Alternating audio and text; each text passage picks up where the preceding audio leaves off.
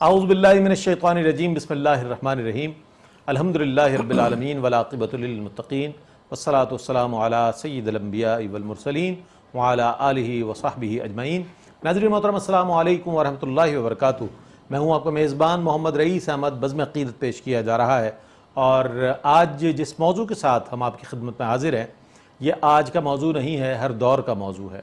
ہر دور میں اس موضوع پر بات کی گئی ہے۔ علماء حضرات نے محراب و منبر سے اصلاحی انداز میں اس موضوع کو اپنے زیر گفتگو رکھا ہے۔ اس کے ساتھ ساتھ مختلف ہم اسکالرز کے اگر پیغامات دیکھیں، بہت سی کتابیں اس پر موجود نظر آتی ہیں، یعنی کہ رذائل اخلاق پر ہم بات کریں گے۔ وہ خرابیاں کہ جو انسان اختیار کر لیتا ہے، اس کے بعد معاشرے میں اس کا تشخص اس قدر برا یا یہ کہہ لیجئے کہ منفی ہو جاتا ہے کہ وہ اسی شناخت کے ساتھ پہچانا جاتا ہے۔ یعنی کہ اگر اس میں کوئی خرابی ہے، چغلی، برائی، غیبت، حسد، کینہ اور جو چیز تکبر اور بہت سی چیزیں ایسی اخلاقی برائیاں اس میں شامل ہیں، اگر یہ چیزیں کسی شخص کا حصہ بن جائیں تو پھر اس کا تعارف اسی حوالے سے کرایا جاتا ہے، جناب وہ شخص جو اس طرح کرتا ہے۔ تو یہ صرف ایک اگر فرد کی حد تک بات ہو تو الگ بات ہے، لیکن اگر پورا معاشرہ رذائل کی طرف مائل ہو جائے اور رذائل اس معاشرے کے مزاج کا حصہ بن جائے تو پورا معاشرہ پھر کہلاتا ہے فلاں شہر میں یہ چیز ہوتی ہے، فلاں ملک میں یہ چیز ہوتی ہے، تو پوری ملت جو ہے اس حوالے سے پہچانی جاتی ہے کہ جناب اس کا یہ سمجھ لیں تعارف بن جاتا ہے کہ اس میں یہ برائی موجود ہے۔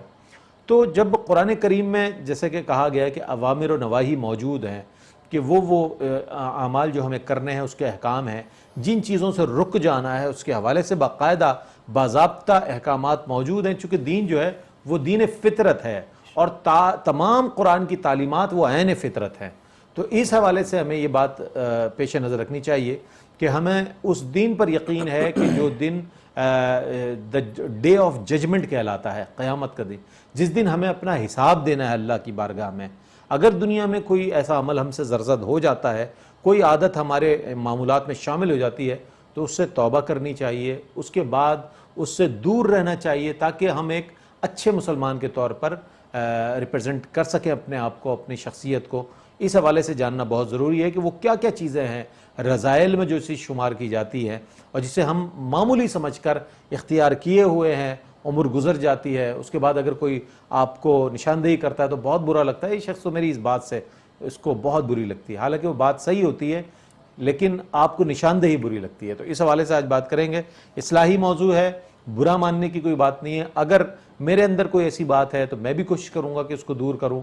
آپ میں سے کوئی ایسی بات رکھتا ہو اپنے معمولات میں، عادات میں شامل، تو غور کریں اپنے معمولات پر کہ آیا کون سی چیزیں آپ کے شب و روز میں شامل ہیں جسے دور کر کے آپ بہت اچھی شخصیت انشاءاللہ سب کے سامنے بن کر آ سکتے ہیں۔ ہمارے ساتھ موجود ہیں ممتاز و معروف عالم دین علامہ راشد انصاری صاحب۔ السلام علیکم ورحمۃ اللہ وبرکاتہ۔ وعلیکم السلام ورحمۃ اللہ۔ اور آپ کے ساتھ تشریف فرما ہے ممتاز و معروف عالم دین علامہ حافظ اویس رضا مدنی صاحب۔ السلام علیکم ورحمۃ اللہ وبرکاتہ۔ اور میرے دائیں جانب تشریف فرما عالم اسلام کے ممتاز و معروف نعت گو نعت خواں جناب محمد فیصل حسن نقشبندی تشریف فرما ہے۔ السلام علیکم ورحمۃ اللہ وبرکاتہ۔ وعلیکم السلام ورحمۃ اللہ وبرکاتہ۔ آج رذائل اخلاق پر ہم بات کر رہے ہیں اور انشاءاللہ اس حوالے سے علماء حضرات کی خدمت میں حاضر ہوں گے، اور قرآن کریم میں ارشاد ہوا وَتَعَاوَنُوا عَلَى الْبِرِّ وَالتَّقْوَى وَلَا تَعَاوَنُوا عَلَى الْإِثْمِ وَالْعُدْوَانِ، کہ تعاون نہیں کرنا ہے کسی قسم کی گناہوں کے کاموں میں۔ اور ہم تو زیادہ کوشش کرتے ہیں پیش کہ اگر خدا نہ خواستہ کہ خوشی میں فائرنگ ہو رہی ہے تو ایک فائر ہماری طرف سے بھی چلنا چاہیے، یہ ایک ہمارا مزاج بن گیا ہے۔ نیکی کے کاموں میں چند لوگ اگر نماز کی طرف جا رہے ہوں گے، یہ تو یار نمازی لوگ ہیں اس طرف جا رہے ہیں، ہمارا تو اس طرف ہوٹل پہ بیٹھنا ہے ہم نے۔ تو یہ جو چیز ہے نا اس آیت کی کھلی، یعنی کہ اس کا میں سمجھتا ہوں کہ اس سے ہمیں انحراف نظر آتا ہے، اللہ مجھے معاف کرے کہ اس سے انحراف ہوتا ہوا نظر آتا ہے کہ اذان ہو رہی ہوتی ہے اور ایک طرف شاپنگ مال ہے، تو مسجد میں لوگ بہت قلیل تعداد میں ہوں گے، شاپنگ مال میں پاؤں رکھنے کی جگہ نہیں ہوگی، جبکہ قرآن یہ ارشاد فرما رہا ہے کہ نیکی اور بھلائی کے کاموں میں تعاون کرو، گناہ کے اور عصیاں کے کاموں میں ہمیں نہ تعاون کرنے کے حوالے سے حکم ہے۔ انشاءاللہ اس پر بات ہوگی۔ محمد فیصل حسن نقشبندی کلام پیش کریں گے انشاءاللہ، اور اس کے بعد ہم اپنے موضوع پر انشاءاللہ بات کریں گے۔ بسم اللہ۔ صلی علی نبی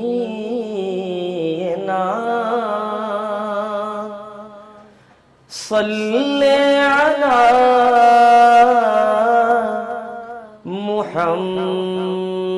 محمد صلی علی شفیعنا صلی علی محمد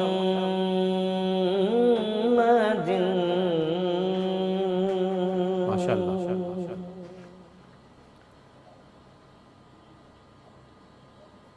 لوح بھی تو قلم بھی تو تیرا وجود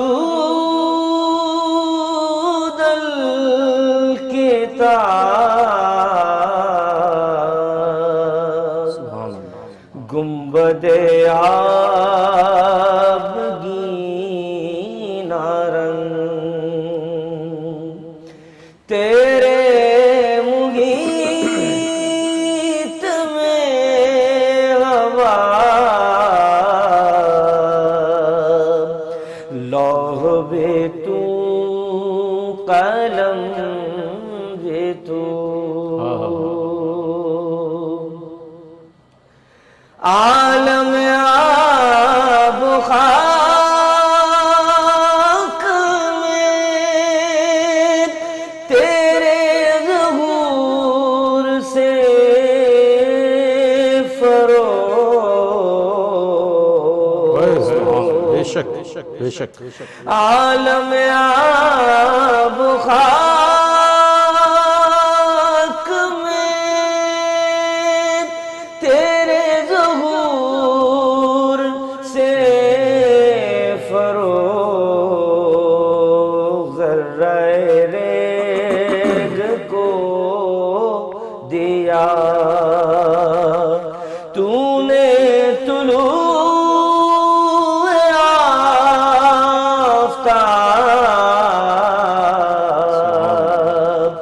ذرہ ریگ کو دیا تو نے طلوع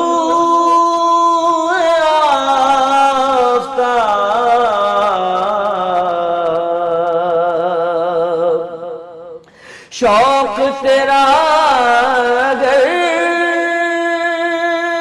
نہ ہو میری نماز کا امام شوق تیرا اگر نہ ہو میری نماز کا امام میرا قیام بھی ہے جاب میرا سجود بھی حجاب میرا قیام بھی حجاب میرا سجود بھی حجاب لوح بھی تو قلم بھی تو تیری نگاہ ناز سے واہ تیری نگاہ ناز سے دونوں مراد پا گئے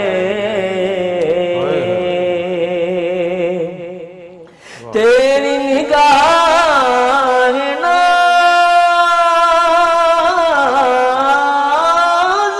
سے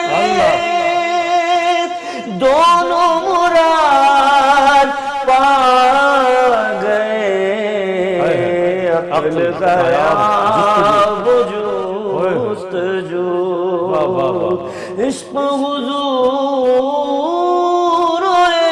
اس طرح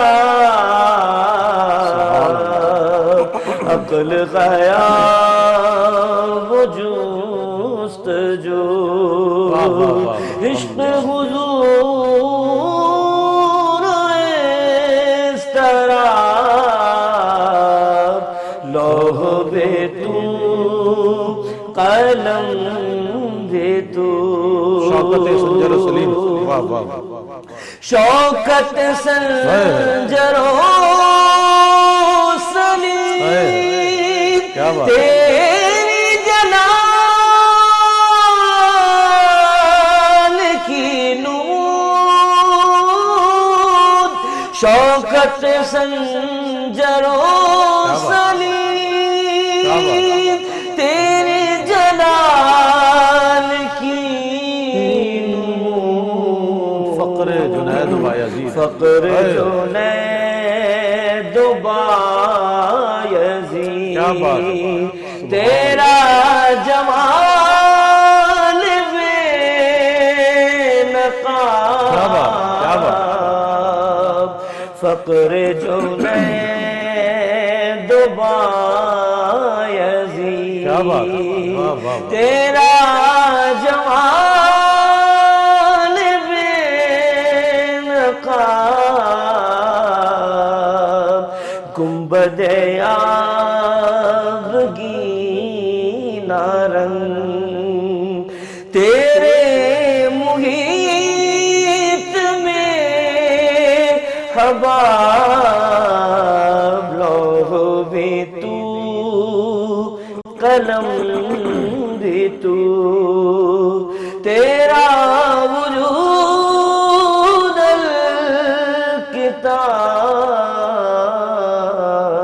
سبحان اللہ سبحان اللہ حضرت علامہ ڈاکٹر محمد اقبال رحمۃ اللہ علیہ کا کلام بہت خوبصورت انداز میں علامہ اقبال نے اس میں فرمایا کہ لوح بھی تو قلم بھی تو تیرا وجود الکتاب اللہ اکبر گنبد آبگینہ رنگ یہ جو گنبد ہے آسمان کا گنبد نما آبگینہ رنگ تیرے محیط میں حباب یعنی آپ کے تصرفات صلی اللہ علیہ وآلہ وسلم اتنے زیادہ ہیں کہ آپ کے آگے یہ بلبلے کی صورت ایک گنبد آبگینہ رنگ نظر آ رہا ہے جس میں 7 رنگ آسمان میں نظر آ رہے ہیں تو قوس و قزح کے جو رنگ کہلاتے ہیں تو بہت خوبصورت کلام ایسا کلام سننے کے بعد ایک عجیب کیفیت ہو جاتی ہے جب شاعر اس نوعیت کے اور اس معیاری شاعری کے ساتھ جب کہتا ہے تو پھر لطف آتا ہے ایک مضمون بالکل الگ الگ ہے اور خوبصورت بڑے خوبصورت مضمون آفرینی کے ساتھ علامہ اقبال نے بہت خوبصورت اشعار کے اللہ تعالیٰ ان کی قبر پر اپنی رحمتوں کا نزول فرمائے ایک مختصر سا وقفہ ہے وقفے کے بعد لوٹتے ہیں مجھے امید ہے آپ کا اور ہمارا ساتھ رہے گا ناظرین آپ کا خیر مقدم ہے آج رذائل اخلاق کے حوالے سے بات ہو رہی ہے اور ایک اصلاحی موضوع ہے اصلاحی پہلو اس میں بہت سے موجود ہیں اب ہم سب سے پہلے ہمارے لیے جو سرچشمہ ہدایت ہے وہ قرآن کریم ہے تو علامہ صاحب یہ فرمائیے گا کہ قرآن کریم میں وہ کون سی چیزیں ہیں کہ جس سے ہمیں بطور خاص ایک انسان کو رکنے کے لیے اور جس کی ممانعت آئی ہے بلکہ وعیدات جس میں موجود ہیں جن چیزوں کے حوالے سے کچھ فرمائیے سب سے پہلے تو دیکھیے کہ فرمان رسول اللہ تبارک و تعالیٰ کا فرمان جو ہے قرآن پاک میں کہ لقد کان لکم فی رسول اللہ اسوۃ حسنہ کہ رسول اللہ کی زندگی تمہارے لیے بہترین نمونہ ہے حضرت عائشہ صدیقہ رضی اللہ تعالیٰ عنہ سے جب کسی نے پوچھا نا کہ حضور کے اخلاق کیا تھے حضور کی زندگی کیا تھی تو حضرت عائشہ نے اتنا پیارا جواب ارشاد فرمایا کہ کیا آپ نے قرآن نہیں پڑھا رسول اللہ صلی اللہ تعالیٰ علیہ وآلہ وسلم کی پوری زندگی قرآن ہے اگر میں دوسرے الفاظ میں یوں کہوں کہ قرآن کریم رسول اللہ صلی اللہ علیہ وسلم کی سیرت ہے تو یہ غلط نہ ہوگا تو یہ جو رذائل اخلاق کی آپ بات کر رہے ہیں تو سب سے پہلے تو ہمیں یہ دیکھنا پڑے گا کہ انسانی نیچر کیا ہے ہزاروں راتوں کی عبادت سے افضل قرار پاتا ہے ٹھیک کہ انسان اپنی اصلاح کرے تو انسان اپنے آپ میں تو بہت کم برائی جو ہے تلاش کر پاتا ہے یا اس کو نظر ہی نہیں آتی لیکن وہ دوسروں پر انگلیاں زیادہ اٹھا رہا ہوتا ہے لیکن کبھی اپنے گریبان میں جھانک کر دیکھے صحیح فرمایا تو اس کو اندازہ ہوگا پڑی جو اپنے گریباں پر نظر تو نگاہ میں کوئی برا نہ رہا یہ بات تو یہ ہے اصل چیز اچھا انسانی نفس میں جو ہے بہت ساری خرابیاں ہوتی ہیں مثال کے طور پہ تکبر ہے کینہ ہے بغض ہے حسد ہے اور حسد سے پیدا ہونے والی بے شمار اخلاقی برائیاں جو انسان کے اندر جڑ پکڑ جاتی ہیں اور اس سے انسان کی پوری شخصیت تباہ و برباد ہو جاتی ہے۔ اور آپ نے بڑی اچھی بات کہی اس میں کہ جو ہے کہ بعض دفعہ انسان کی بری عادت اتنی زیادہ جڑ پکڑ جاتی ہے کہ وہ اس کی پہچان بن جاتی ہے۔ بالکل ہاں، وہ اس کی پہچان بن جاتی، لیکن اس کا یہ مطلب نہیں ہے کہ وہ اس کو دور نہیں کر سکتا۔ ضرور دور کر اصلاح کا پہلو ہر جگہ موجود ہے، اس کے لیے ضروری ہے کہ ہم رسول اللہ صلی اللہ علیہ وسلم کی سیرت کو پڑھیں، اس کو اپنائیں، بے شک۔ قرآن کریم سے سبق حاصل کریں۔ یہ دو چیزیں ہمارا ماخذ ہے۔ بہت اچھی بات آپ نے ارشاد فرمائی، انما بعثت مجھے معلماً، مجھے معلم بنا کر بھیجا گیا۔ بے شک سرکار علیہ السلام معلم کائنات ہے۔ وہ انما بعثت لاتمم مکارم الاخلاق، یہ حدیث ہے، تاکہ میں اخلاق کی قدروں کو پورا کر دوں۔ واہ واہ، کیا بات! تو ظاہر ہے حضور علیہ السلام کو اللہ نے اخلاق کے عظیم منصب پر فائز فرمایا ہے۔ آپ معلم کائنات ہیں۔ آپ کے بھیجے جانے کا، یا ہم اگر تمام رسولوں کی بعثت کے اگر مقاصد کو دیکھیں تو مقاصد بعثت میں ایک چیز جو نظر آتی ہے وہ تزکیہ نفس ہے، یزکیہم، جیسا فرمایا گیا۔ سبحان اللہ۔ اب ہم یہ جاننا چاہیں گے، جب یہ رذائل کی بات ہوئی تو وہ اہل عرب کہ جو مختلف عادات میں شامل تھے، لیکن جب سرکار علیہ السلام کے دست حق پرست پر ایمان قبول کیا، ایمان کی دولت ان کے حصے میں آئی، تو وہ کس طرح ان چیزوں سے دور ہوئے، چونکہ یزکیہم، نفوس کا تزکیہ کرنے والے ہیں سرکار علیہ السلام۔ تو ہم یہ جاننا چاہیں گے کہ آپ کی خدمت میں تو مختلف بدو آ رہے ہیں، ادھر سے آ رہے ہیں، ادھر سے آ رہے ہیں، سرکار سب کو کلمہ پڑھا رہے ہیں، تو سرکار کا جو تزکیہ کرنے کا جو انداز تھا، آج ہمارے ہاں علماء حضرات جب بیان کرتے ہیں تو مولانا لوگ تو بولتے رہتے ہیں ایسی چیز، اپنے کام میں لگ، جب جاتے ہیں جمعے کے لیے، جب انہیں پتہ ہوتا ہے کہ تکبیر شروع ہو رہی ہے، جناب مسجد کا رخ کیا، کوئی واعظ و نصیحت کوئی نہیں سننے کے لیے تیار ہے۔ سرکار کا وہ کیا انداز تھا کہ جو دلوں پہ اثر کرتا تھا، فرمائیے گا۔ حضور جان عالم صلی اللہ تعالیٰ علیہ وسلم کا جو انداز تبلیغ رہا ہے، اس کے اندر سب سے پہلے حضور جان عالم، ہم لوگ جو دیکھتے ہیں آج کے دور میں، ہم چاہتے ہیں کہ آج ہی ہم جو اس بندے کو غوث کے مقام پہ فائز کر دیں، تو کبھی ایسا نہیں ہو سکتا کہ ایک ہی دفعہ بندہ آئے اور اس کو آپ مقام غوثیت پہ فائز کرتے ہیں۔ حضور جان عالم صلی اللہ تعالیٰ علیہ وسلم آہستہ آہستہ تبلیغ جو ہے انسان کی طرف کرتے تھے۔ صحابہ کرام علیہ رضوان کو آہستہ آہستہ جو ہے رذائل کی نشاندہی کرواتے، اور صحابہ کرام آہستہ آہستہ اس کو چھوڑتے۔ ایسا نہیں کہ کسی کو ایک ہی وقت میں آپ نے جو ہے بہت بلند مرتبہ دے دیا۔ صحابہ کرام کا مرتبہ اپنی جانب ہے، وہ اپنی ایک مثال آپ ہے کہ صحابہ کا مرتبہ ایک مٹھی اگر وہ جو خیرات کر دیں تو احد پہاڑ کے برابر اس کا ثواب ہے۔ اور ہمارا مقام کیا ہے؟ ہمارا مقام تو بہت ہی ادنا درجے کا ہے۔ احد پہاڑ کے برابر بھی ہم اگر ثواب وہ صدقہ خیرات کریں تو جب بھی ہم صحابی کے مرتبے کو نہیں پہنچ سکتے۔ لیکن صحابہ کرام علیہ رضوان کی تربیت کس طریقے سے فرماتے ہیں؟ اس طریقے سے کہ آہستہ آہستہ آپ دین کے احکام ان تک پہنچاتے، ایک دم سے ان کو نہیں پہنچاتے، کیونکہ کچھ صحابہ بدو تھے اور کچھ صحابہ دور جاہلیت میں رہتے تھے۔ دور جاہلیت سے پھر حضور جان عالم صلی اللہ تعالی علیہ وسلم کے دامن رحمت سے وابستہ ہوئے، اور پھر دامن رحمت سے وابستہ ہونے کے بعد آپ ہمارے لیے جو ہدایت کا جو مرکز بن گئے، اور یہاں تک کہ صحابہ کرام علیہ رضوان کے راستے پر لوگ چلنے لگے، اور پھر صحابہ کرام علیہ رضوان نے حضور جان عالم نے جو آپ کو اخلاق سکھائے، جو آپ کو دین متین کی تعلیم سکھائی، وہ آپ نے آگے جو ڈیولپ کی۔ تو اس طریقے سے حضور جو ہے وہ تعلیم اور تربیت فرمایا کرتے تھے۔ اور ایک بات بڑی خوبصورت جو مجھے بڑی پسند ہے، اور میں اکثر یہ بات بیان کیا کرتا ہوں کہ ہم لوگ گناہگار سے نفرت کرتے ہیں، گناہگار کے گناہ سے نفرت نہیں کرتے۔ ہونا یہ چاہیے کہ گناہگار اگر کوئی ہے، کسی کے اندر اخلاق رذیلہ پائے جاتے ہیں تو اس کے گناہ سے نفرت کی جائے، اس کے اخلاق رذیلہ سے نفرت کی جائے، نہ کہ اس سے نفرت کی جائے۔ اس کی تربیت کے لیے آپ نے کیا کرنا ہے؟ ایک ہوتا ہے حق، ہم بولتے ہیں حق جو سچ جو کڑوا ہوتا ہے، تو یاد رکھیے سچ کڑوا نہیں ہوتا، سچ بولنے کا انداز اس کو سچ کڑوا یا میٹھا بنا دیتا ہے۔ اگر کوئی شخص معاذ اللہ زانی ہے، اس کو آپ اگر اچھا انداز سے سمجھائیں گے تو وہ سمجھ بھی جائے گا۔ اگر آپ نے اس کو ایسا انداز رکھا نیگیٹو جس سے اس کے دل میں بات لگی اور دل آزاری کا پہلو اس کے لیے ہوا، تو یاد رکھیے کہ وہ کبھی بھی آپ کے قریب نہیں آئے گا۔ تو سچ کڑوا نہیں ہوتا، سچ بولنے کا انداز جو اس کو کڑوا یا میٹھا بنا دیتا ہے۔ تو اپنی زبان میں نرمی پیدا کی جائے۔ کنتم خیر امہ، تم بہترین، چاہیے کہ تم میں سے بہترین امت ہو، جس کو ظاہر کیا گیا، تاکہ وہ لوگوں کو جو ہے بھلائی کا حکم دے۔ تو بھلائی کا حکم نرمی سے دینا ہے، نہ کہ تلوار کے زور سے اسلام نہیں پھیلا۔ آپ دیکھیں صحابہ کرام علیہ رضوان تک نبی کریم علیہ الصلوۃ والسلام نے تبلیغ کس طرح کی؟ تلوار کے زور سے نہیں، حضرت عمر کو دیکھیں حضور کی بارگاہ میں تلوار اٹھا کر لائے تھے، لیکن حضور کا رخ روشن دیکھ کر حضور پر ایمان لے آئے. تو یہ کیا تھا؟ حضور صلی اللہ علیہ وسلم کی نرمی تھی. حضور جان عالم کو جس نرمی کے ساتھ مبعوث کیا گیا، آپ نے اس نرمی کا فائدہ اٹھایا اور دین اسلام کو جو ہے پھیلایا، اور آج ہم تک دین اسلام پہنچ گیا. کیا بات. تو نرمی سے دین اسلام کی جو ہے ہمیں تعلیم آگے دینی ہے اپنی اولاد کے اندر، اور دیگر جو ہمارا معاشرہ ہے اس کے اندر ہمیں نرمی کے ساتھ دین اسلام کی تعلیم کو پھیلانا ہے.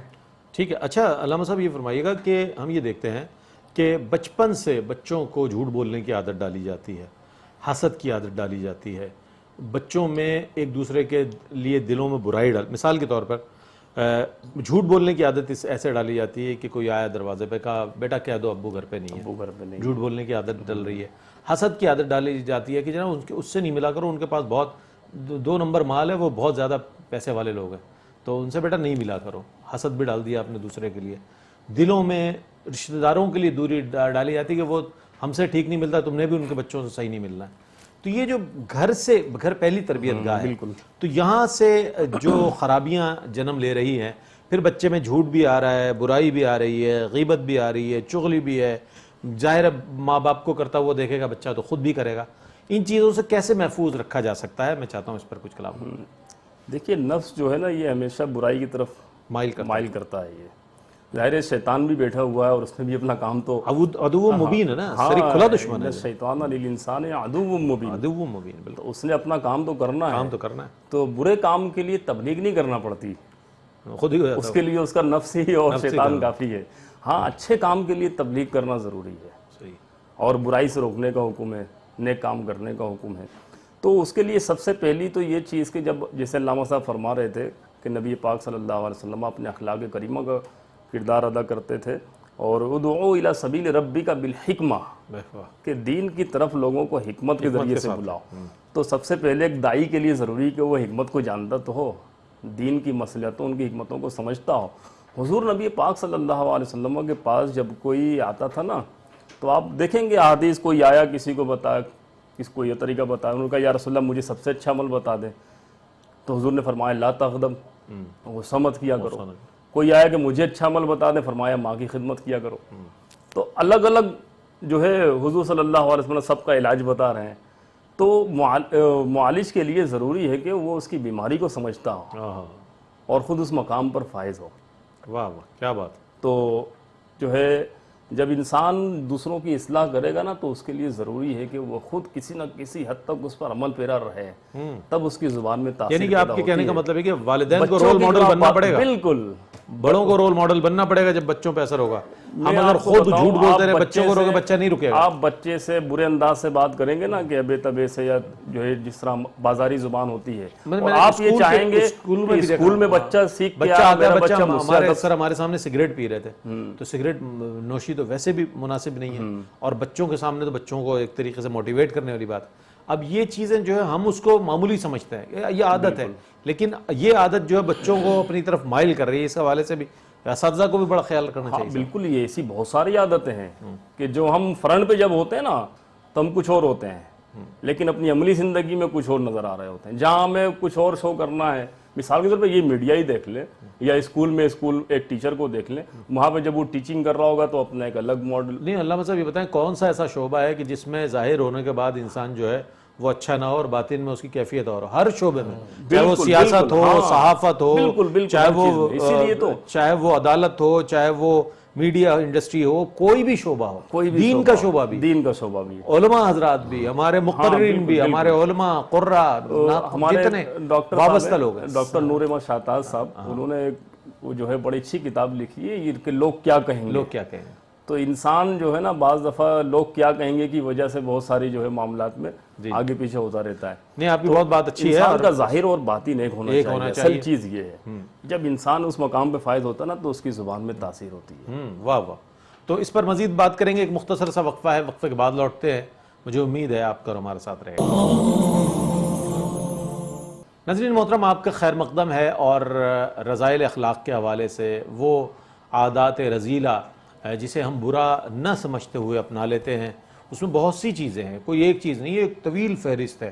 اور حضرت امام غزالی رحمۃ اللہ تعالیٰ علیہ نے تو اس کو بڑی تفصیل کے ساتھ بیان کیا. ذرا پڑھیں تو کبھی ان کی کوئی کتاب تو آپ کو معلوم ہوگا کہ کس قدر مکاشفۃ القلوب ہے، اسی طرح آپ کے احیاء العلوم ہے، کیمیاء سعادت ہے، اور منہاج العابدین ہے، کتنی کتابیں ان کی حضرت کی، کہ آپ دیکھیں اس میں اخلاقیات کے حوالے سے حضرت نے کس قدر گرفت آپ کی نظر آتی ہے، اور کیا کیا چیزیں بیان فرمائی ہیں آپ نے اس حوالے سے۔ اچھا، میں اس سے پہلے کہ اپنے موضوع پر آؤں، فیصل حسن نقشبندی موجود ہیں، انشاءاللہ وہ کلام پیش کریں گے، اس کے بعد پھر اپنے موضوع پر انشاءاللہ ہم آئیں گے، بات کریں گے جناب محمد فیصل حسن نقشبندی۔ محمد محمد محمد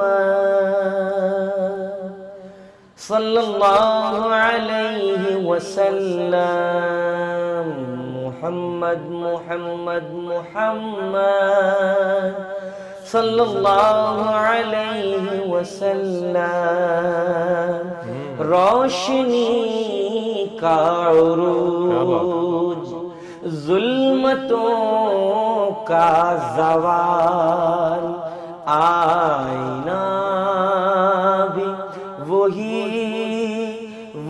عکس جمال، کس کا یہ کمال، کس کا یہ کمال، میم حامیم دال، مصطفیٰ بے مثال، میم حامیم دال، مصطفیٰ بے مثال، ان کا جود و کرم دشمنوں کو امان، دست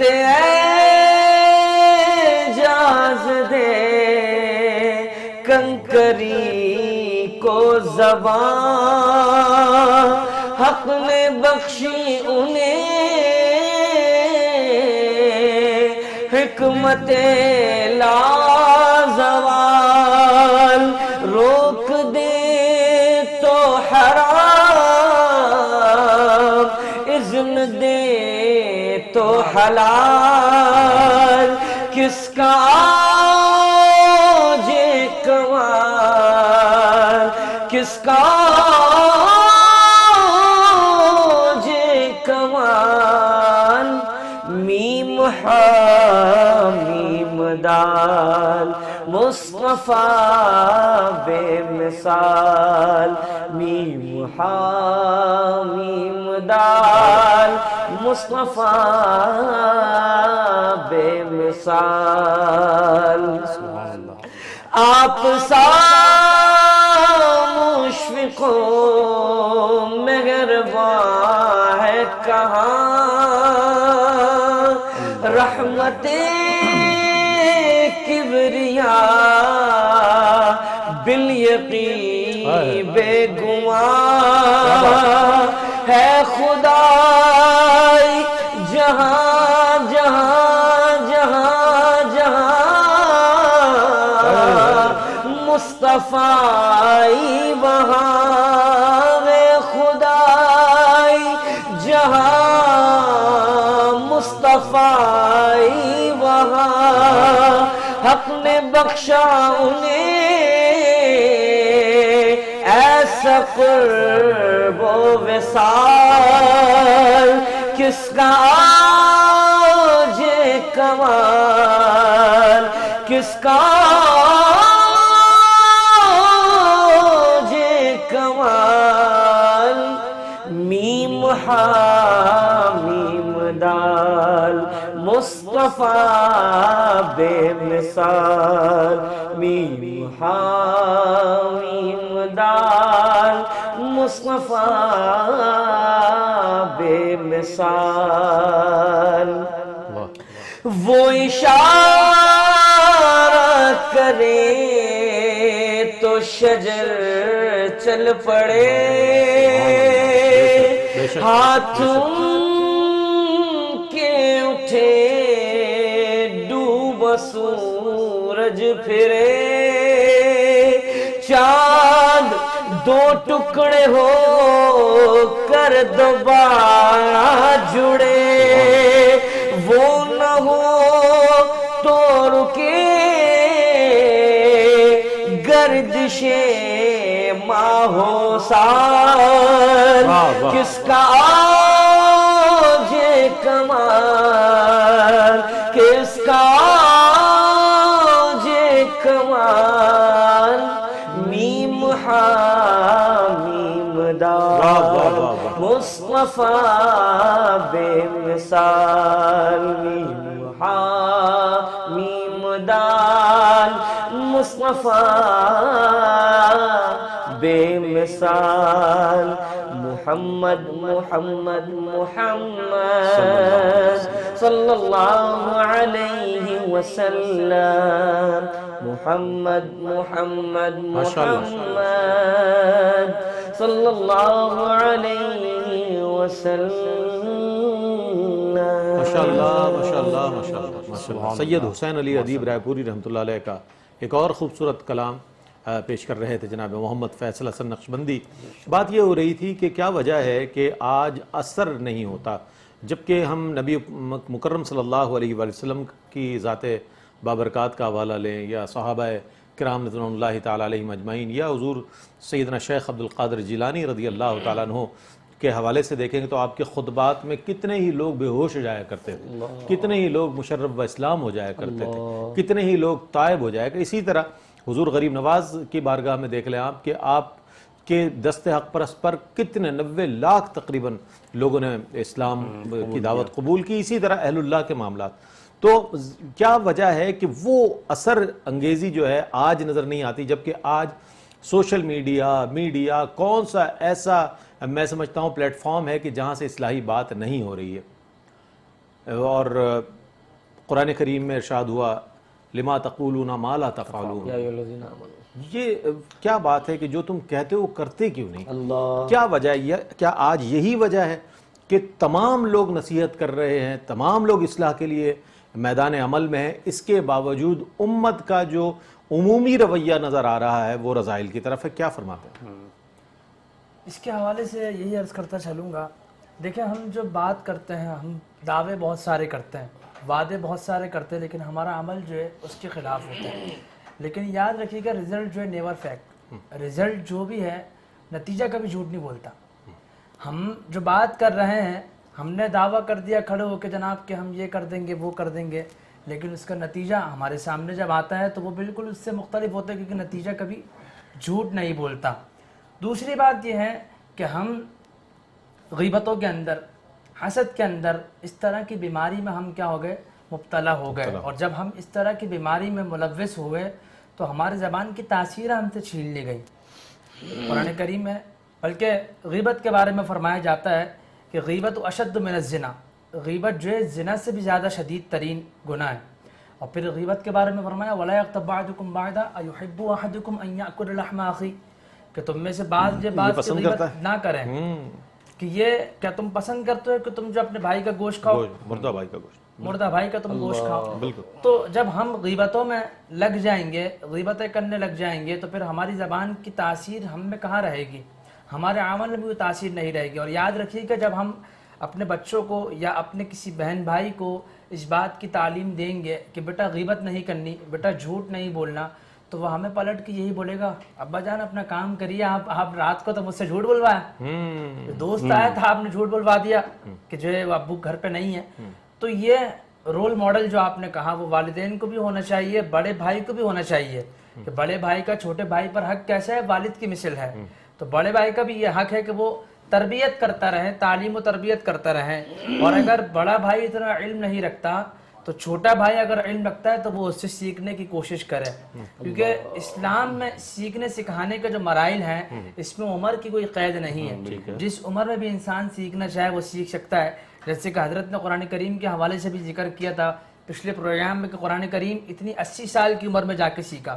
بہت اچھی بات ہے, عمر کا کوئی تقاضا نہیں ہے, علم حاصل کرو. حدیث مبارکہ میں خود سرکار دو عالم صلی اللہ تعالی وسلم نے ارشاد فرمایا کہ ماں کی گود سے لے کر قبر تک جو ہے علم حاصل کرو. تو علم حاصل کرنے میں کسی عمر کا تقاضا نہیں ہے. تو ہمیں رذائل کے حوالے سے بھی سیکھنا چاہیے, اور اس حوالے سے بہترین کتاب لباب الاحیاء اور امام غزالی رحمۃ اللہ الوالی کی خوبصورت کتاب احیاء العلوم کے اندر جتنی زبردست معلومات ہے وہ میری نظر سے دوسری کتاب نہیں گزری.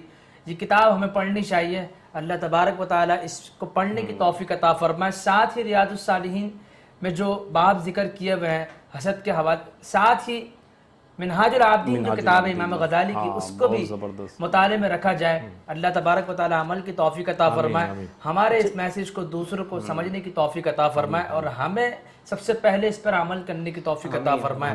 کیونکہ ترغیب دلانے کے لیے سراپا ترغیب ہونا ضروری ہے.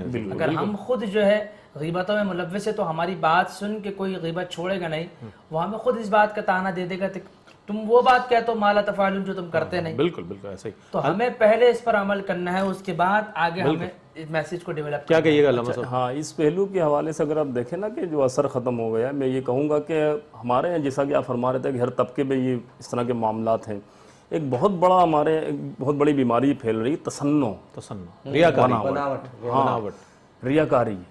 یہ ہمیں ہر شعبے میں دکھائی دے رہی ہے. اچھا، دوسرا ایک نفسا نفسی، اور اس کی وجہ سے حسد کی وجہ سے ہم ایک دوسرے کی ٹانگیں کھینچنے میں لگے رہتے ہیں. اچھا، یہ ہر شعبے میں آپ کو ملے گی. ایسا نہیں ہے کہ کوئی دوسرا آپ سے حسد کر رہا ہوگا، آپ کی اپنی فیلڈ کا بندہ آپ سے حسد کرتا ہوا دکھائی دیتا ہے. یہ نہ صرف دنیاوی شعبوں میں بلکہ دینی شعبوں میں بھی یہ چیز بڑی کثرت سے دکھائی دے رہی ہے. تو سب سے پہلے تو ہمیں اس کو کنٹرول کرنا ہے. کم از کم ہم جو دین اور مذہب سے تعلق رکھنے والے لوگ ہیں، اس کو جو ہے دین کو اس انداز سے آپ جو ہے فالو کریں یا اس کو آگے بڑھائیں کہ ہم کم از کم خود تو ایک رول ماڈل بنے اس میں. اور سب سے بڑی بات یہ کہ ظاہر معظم دینی کے لیے ضروری ہے کہ ایک عام آدمی سے کسی غلطی پر ایک بار پوچھا جائے گا، اور اگر دین سے تعلق رکھنے والا کوئی شخص ہوگا، معظم دینی ہوگا، اسے 7 بار اس بات کے بارے میں پوچھا جائے گا ایسا کیوں ہوا. تو اس حوالے سے ضرور ہمیں یہ بات پیش نظر رکھنی چاہیے. آپ کا بہت شکریہ تشریف لانے کا علامہ صاحب، آپ تشریف لائے. آخر میں نعت رسول مقبول صلی اللہ علیہ وآلہ وسلم کی چند اشعار محمد فیصل حسن نقشبندی صاحب پیش کریں گے. آپ کی آمد کا شکریہ. اس کے ساتھ ہی اپنے میزبان محمد رئیس احمد کو اجازت دیجیے. پیغامات آپ نے سن لیے ہیں. اللہ تعالیٰ مجھے بھی اور آپ سب کو اس پر عمل کرنے کی توفیق عطا فرمائے. اللہ حافظ. اللہم صلی علی محمد، اللہم صلی علی محمد، محمد اللہم صلی علی محمد. یہ دل کی صدا ہے، دل کی صدا، ہر سانس پکارے صلی علی، ہر سانس پکارے صلی علی. مقبول خدایا ہو یہ دعا، مقبول میرے رب ہو یہ دعا، ہر سانس پکارے صلی علی، ہر سانس پکارے صلی علی. ہونٹوں پہ درود، آنکھوں میں نمی، دل یاد میں گور ایسے میں. ہونٹوں پہ درود، آنکھوں میں نمی، دل یاد میں گور ایسے میں. مل جائے ہمیں دامن کی ہوا، مل جائے ہمیں دامن کی ہوا، ہر سانس پکارے صلی علی، ہر سانس پکارے صلی علی. میں نعت نبی جب پڑھتا ہوں پرکیف سما ہو جاتا ہے. میں نعت نبی جب پڑھتا ہوں پرکیف سما ہو جاتا ہے. یہ فیض مرشد مجھ پہ ہوا، ہر سانس پکارے صلی علی. سانس پکارے صلی علی ہر سانس پکارے